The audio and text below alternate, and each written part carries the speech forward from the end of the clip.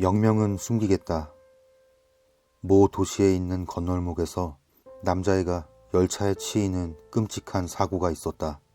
현장은 상당히 참혹한 상태였다. 그다지 이런 걸 적고 싶지는 않지만 당연히 시체는 온전하지 않았다. 한 번 보면 누구라도 마음속에 깊은 상처가 남을 것 같은 상태였다. 후일 유족이나 학교, 지역 주민들이 돈을 모아서 건널목 앞에 자그마한 지장당을 세웠다. 간소한 사당이었지만 안에 보관된 자그마한 지장보살에 매일 수많은 사람들이 합장했다. 이제부터 두 번 다시 비참한 사고가 일어나지 않도록 아이들을 지켜주는 그런 중요한 존재가 되었을 것이다. 그런데 이 지장보살상이 파손되어 간다. 처음 그것을 깨달은 건 죽은 남자아이 부모였다. 어느 아침 평소처럼 합장하러 가니 지장보살 손가락 끝이 깎여서 없어져 있었다. 파편을 찾았지만 보이지 않는다. 자연스레 닳아 없어진 건지도 모른다.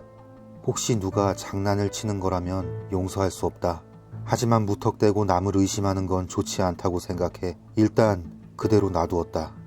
그런데 다음날 귓볼이 떨어져 나갔다. 그 다음날에는 발가락이 산산이 부서졌다. 얼굴도 투두둑 떨어져 나갔다.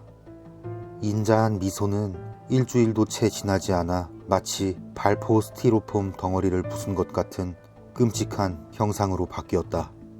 아무리 생각해봐도 자연스레 이렇게 될 리가 없다. 부모는 같이 지장을 세운 사람들과 상의 끝에 경찰에 피해 신고서를 제출했다. 하지만 경찰이 조사해도 원인을 도무지 알 수 없었다. 근처에 있는 방범 카메라는 공교롭게도 지장당 뒤만 찍을 뿐이고 지장보살 그 자체는 전혀 찍히지 않는다. 그러나 적어도 누가 이 지장보살을 훼손하는 모습은 찍히지 않았다. 그렇다면 석재 그 자체에 문제가 있을지도 모른다. 그렇게 생각해서 지장보살을 조각해준 석공에게 상담해 보았다. 하지만 역시 원인을 알 수 없다. 그저 석공이 인심을 써서 한 번 더 무상으로 조각해주기로 했다. 이윽고 엉망진창이 된 전 지장보살과 바꾸어서 새 지장보살상을 사당에 놓았다. 그런데 이게 또 파손되기 시작한다. 전과 똑같았다. 지장보살은 날이 갈수록 끔찍한 모습으로 바뀌어갔다. 이제 더 이상 교환하자고 말하는 사람은 한 명도 없었다. 부모도 아들의 원한이 이런 식으로 나타난 거라고 단념하고 엉망이 된 지장보살에게 매일 합장했다. 그로부터 몇 개월 후 똑같은 건널목에서 또 사고가 일어났다. 그런데 이번에 희생된 건 사람이 아니었다. 그 지역에서 기르던 길고양이였다. 늘 돌보아주던 사람이 공양을 위해서 다시 지장보살상을 기부하고 싶다고 말을 꺼냈다. 남자아이 부모도 흔쾌히 승낙하고 이것도 뭔가 인연이라며 지장당 옆에 고양이 위령비를 만들었다.